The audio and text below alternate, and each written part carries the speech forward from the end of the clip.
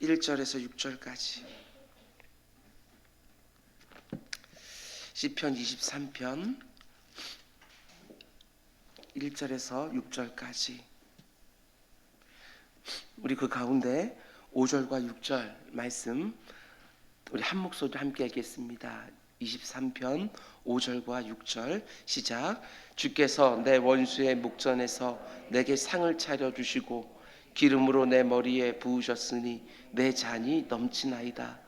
내 평생의 선하심과 인자하심이 반드시 나를 따르리니 내가 여호와의 집에 영원히 살리로다. 아멘. 우리 잠시 기도하겠습니다. 사랑해 주님, 우리에게 경건한 습관을 허락하여 주옵소서. 아침에 기도로 시작하고 점심에 주위에 있는 사람들을 돌아보며 교제하고 저녁에 잠잠히 하나님의 말씀을 묵상하는 습관이 우리의 삶 가운데 배일 수 있도록 인도하여 주시옵소서. 바쁘고 분주하게 살아가지만 그 가운데 속에 하나님과 더 가까워지는 한 해가 되게 하시고 내 주변에 있는 사람들 더 진실하게 사랑하는 우리 모두가 될 수 있도록 인도하여 주시옵소서. 우리가 너무 약하고 어리석어서 무엇이 더 중요하고 무엇이 나중에 해도 되는 것인지 잘 분별이 되지를 않습니다.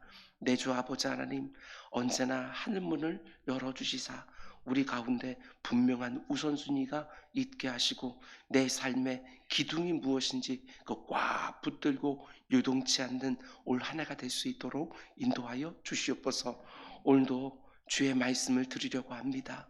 오늘 이 말씀이 누군가를 소성케 하고 누군가의 심령에 참된 안식을 주는 말씀이 될 수 있도록 인도하여 주시옵소서. 이 모든 말씀 예수님의 이름으로 기도드렸습니다.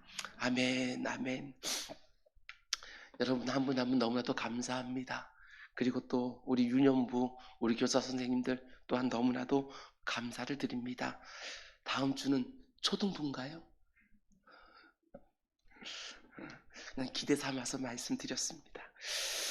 날마다 새로운 기도라는 주제를 가지고 하나님의 말씀 계속해서 나누고 있습니다. 오늘은 시편 강의 64번째 시간으로 내 평생에 주의 선하심과 인자하심이 반드시 나를 따르리니, 이런 제목으로 말씀 전하도록 하겠습니다. 내 평생에 주의 선하심과 인자하심이 반드시 나를 따르리니, 이런 제목으로 말씀 전하도록 하겠습니다.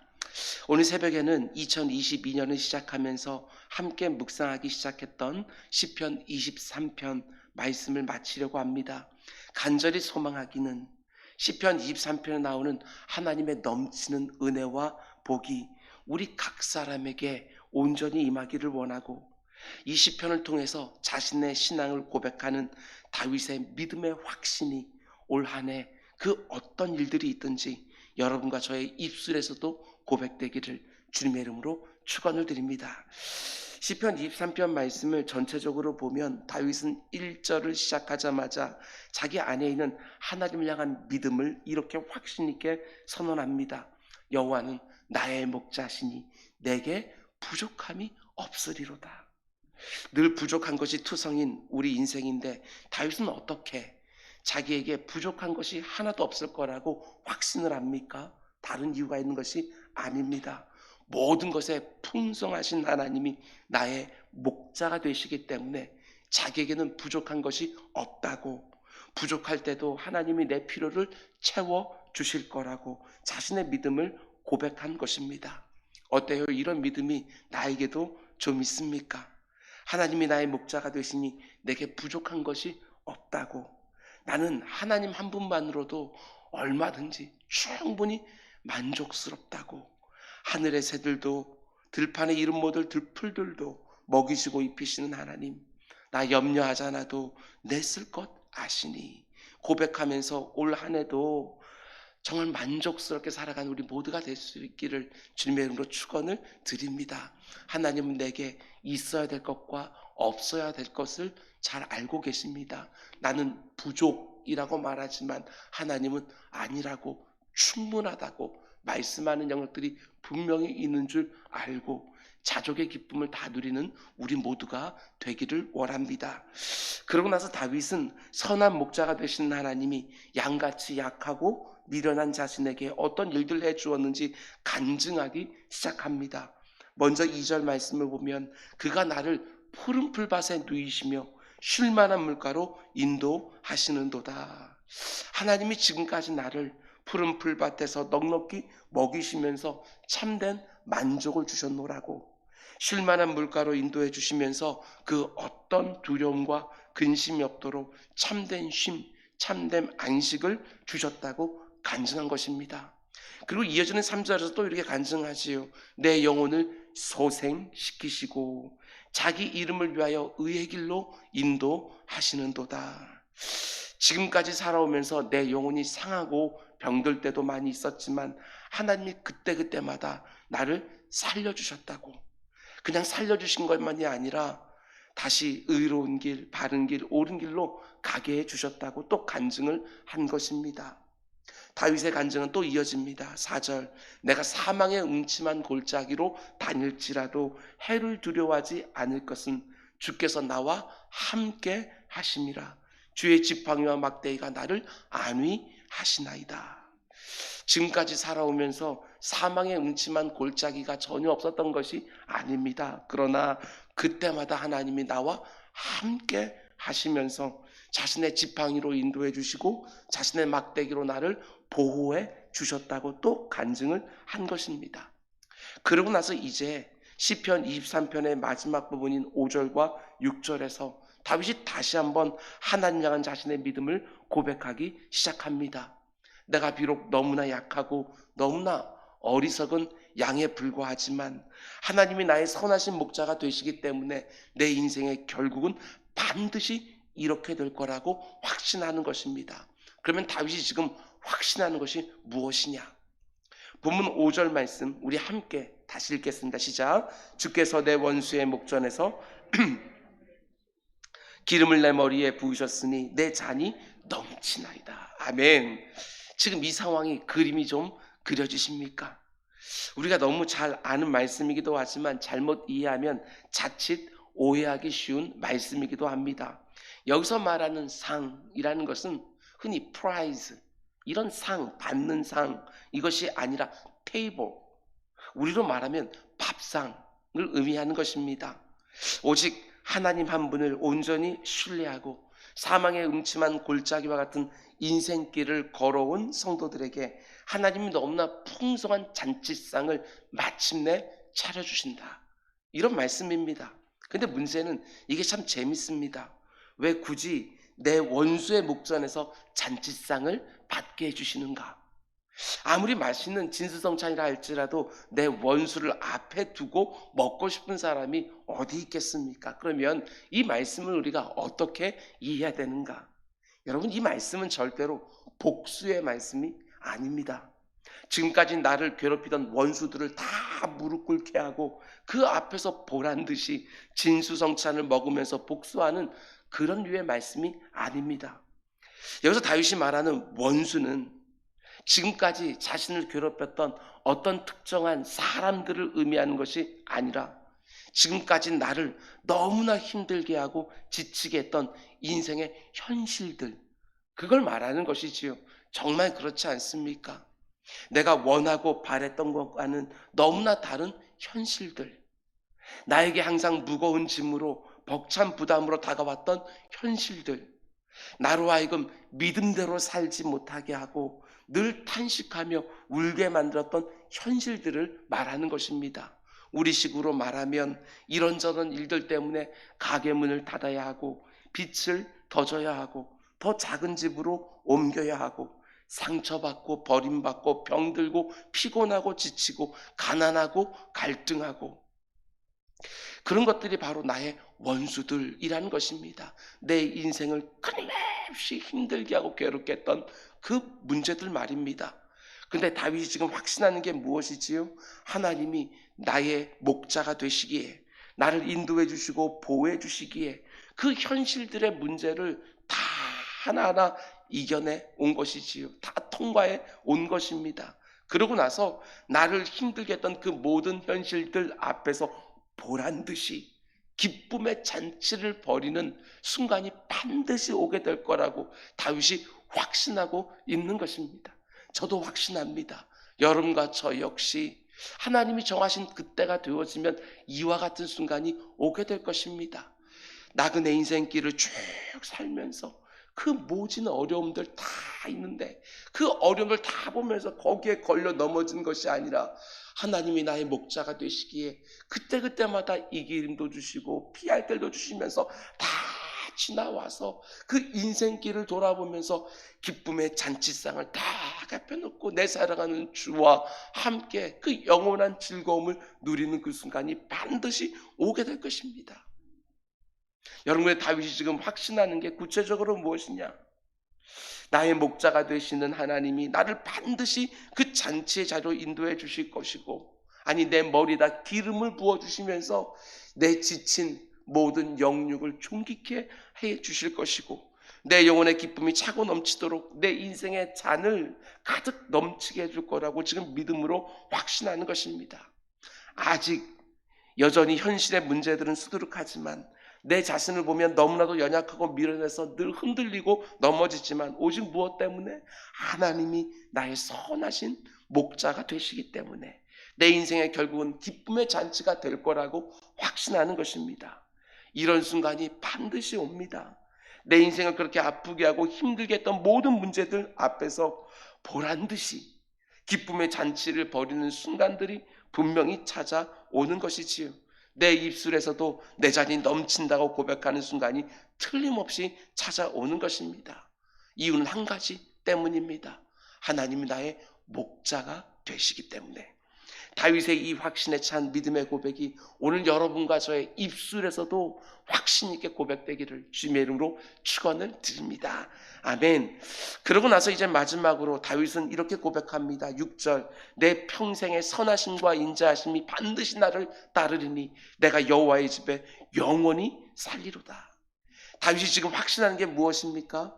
나를 향한 하나님의 선하심과 인자하심, 그걸 확신하고 있는 것입니다. 그리고 이 말씀으로 올 한 해를 시작하고 있는 여러분과 저에게도, 얘들아 너희도 하나님의 선하심과 인자하심을 확신하고 살아가라, 이렇게 말하는 것이지요.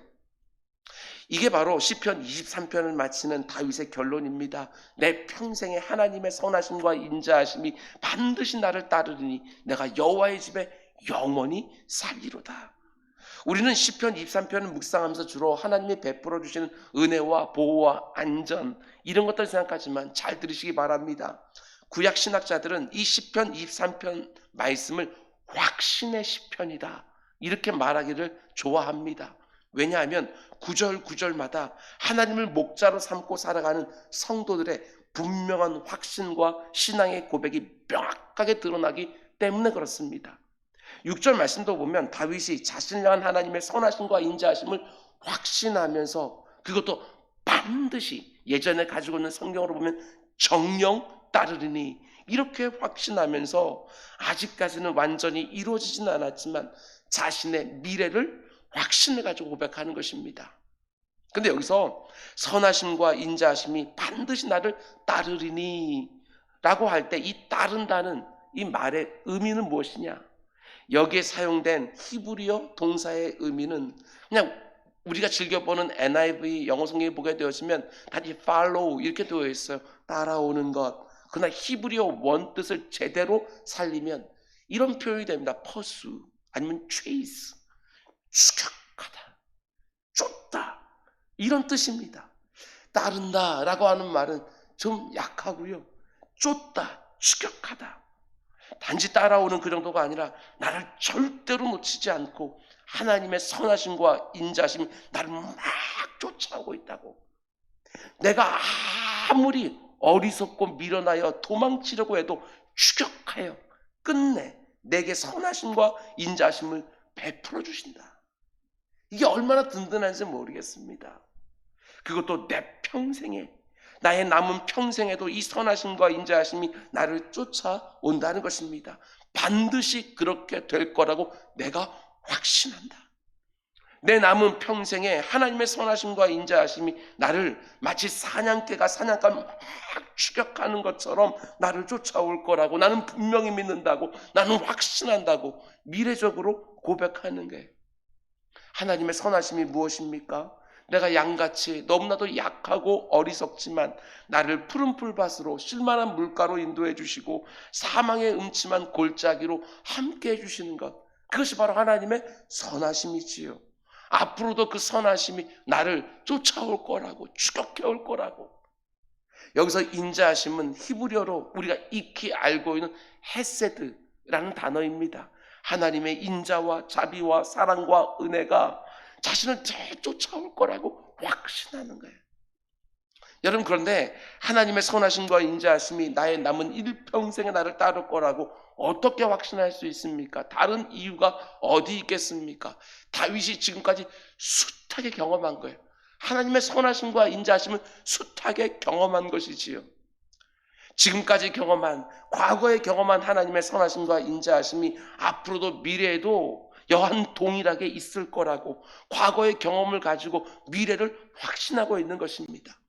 그 수많은 사망의 음침한 골짜기들, 그리고 푸른 풀밭들, 그것을 오고 가는 삶 가운데 속에 하나님이 자신의 선하심과 인자하심으로 인도하시고 보호하신다는 것을 이미 숱하게 경험했기 때문에 시편 23편을 마치면서 확신에 차서 선언하는 것입니다. 내가 믿는다. 내 남은 평생을 하나님이 계속해서 자신의 선하심과 인자하심으로 가득 채워줄 것을 내가 확신한다. 내가 분명히 믿는다. 여러분, 구원받은 성도들은 의심으로 사는 것이 아닙니다. 확신으로 사는 것입니다. 하나님이 나를 인도하신다. 아무리 힘들고 어렵고 위태로운 상황 가운데 있다 할지라도 하나님 반드시 나를 보호하신다. 아무리 부족한 투성이라 할지라도 하나님이 공급하신다. 자신의 선하심과 인자하심으로 나를 언제나 선대해 주신다. 모든 것들이 합력하여 선을 이루게 된다. 이 기름도 주시고 피할 길도 주신다. 우리는 확신 가운데 살아가는 것입니다. 이걸 우리는 믿음이라고 부르는 것이지요. 아마도 다윗의 인생 가운데 가장 고생을 많이 했던 때를 꼽으라면 여러분, 저는 사울 왕의 칼날을 피해서 유다 광야를 전전하며 도망다닐 때가 아닐까, 이런 생각을 해봅니다. 10년 동안 그렇게 도망다닙니다. 도망다니는 사람의 그 심정이 좀 헤아려지십니까? 물론 자기 아들 압살롬이 자기를 죽이려고 할 때에도 그의 마음은 찢어지게 힘들었을 것입니다. 그러나 한창 젊은 나이에 유다 광야를 전전하면서 사울왕의 칼날을 피해 도망다니던 때가 가장 힘든 시기가 아니었을까? 그런데 그 유다 광야에서 다윗이 쓴 시편 중에 63편의 말씀이 있습니다. 그 표제어를 보면 이렇게 되어 있습니다. 다윗의 시 유다 광야에 있을 때에, 그 가운데 쓴 거예요. 근데 거기서 다윗이 이렇게 확신에 차서 고백합니다. 잘 들어보십시오. 얼마나 귀한지. 3절과 7절입니다. 주의 인자하심이 생명보다 나음으로 내 입술이 주를 찬양할 것이라. 주는 나의 도움이 되셨습니다. 내가 주의 날개끈에서 즐거이 부르리이다. 10년 동안 도망다니는 유다 광야에 있는 다윗이 이렇게 아름다운 확신에 찬 고백을 합니다. 특별히 다윗이 3절에서 주의 인자하심이 자신의 생명보다 낫다. 우리가 이거 복음성화도 부르지 않습니까? 근데 이게 어떤 의미지요? 주의 인자하심이 나의 생명보다 더 낫다. 이런 의미가 아닐까 묵상했습니다. 다윗이 유다 광야에 있을 때 정말 하루하루 언제 죽을지 모르는 고비고비들을 넘고 있었다는 거예요. 근데 그때 뭘 경험합니까? 나를 향한 주의 인자하심이 매일매일 자신과 함께 해주는 것을 경험한 거예요. 위험에 처했을 때도 그 은혜와 그 자비가 자기를 건져주는 것, 구원해주는 것을 늘 경험한 것이지요. 여전히 눈앞에 대적들이 가득하지만 자기의 마음 가운데 평안과 안심과 확신을 주는 것, 늘 경험했던 것이지요. 날마다 위험과 위기가 있는데 매일매일 자신을 지키고 보호해 주시는 하나님의 그 인자하심을 경험한 거예요. 날마다 그것을 경험하면서 그게 너무나도 놀랍고 너무나도 신기하고 너무나도 행복하고 이걸 느끼는 것이지요. 그러다 보니까 내가 살고 죽는 것은 이제 문제가 안 되는 거예요. 날마다 주의 인자하심을 경험하는 것이 훨씬 더 기쁘고 즐겁고 행복한 거예요. 이 마음이 먼저 느껴지셔요? 처음에는 살기 위해서 주의 인자하심을 간구했어요. 그런데 이제는 살고 죽는 것은 다 어딘가 버리고 매일매일 주님의 인자하심이 나를 이렇게 피하게 하시고 건지시고 구원하시고 위로해 주시고 이게 너무나 좋으니까 이제 살고 죽는 것보다도 이 인자하심이 너무나 좋은 거예요. 그 말이 바로 주의 인자하심이 생명보다 나음으로 이 고백입니다. 다윗이 경험한 하나님은 어떤 하나님입니까? 헤세드의 하나님. 자신의 인자하심으로 우리를 인도하시고 보호하시고 지켜주시는 하나님. 우리도 날마다 주의 인자하심을 좀 경험하면 내 삶이 완전해지고 다 해결되지고 이게 아니라 죽을 것 같은데 오늘 하루 또 살게 하시고 오늘 또 견디게 하시고 오늘 또 위로를 주시고 이것들이 너무나 좋다 보니까 주의 인자하심이 내 생명보다 나음으로 이 고백을 드리고 있는 것이지요. 뿐만 아니라 63편 7절에서는 또 이렇게 고백합니다. 하나님이 그렇게 매일매일 자신을 인도하시고 보호하시고 지켜주면서 보면서 하나님이 내 인생의 가장 큰 도움이시구나. 내가 주의 날개 그늘 아래에 있구나. 이걸 고백하는 거예요.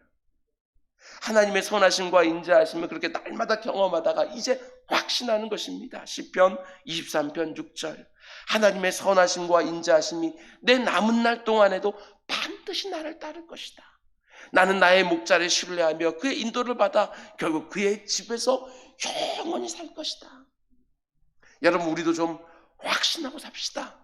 나에게 목자가 계신다. 그 목자의 선하심과 인자하심이 정녕 나를 따르니 내 인생의 결국은 분명히 승리고 만족이고 행복이고 즐거움이리라. 여러분의 삶 속에서 경험했던 하나님의 그 선하심과 그 인자하심을 꼭 기억하시기 바랍니다.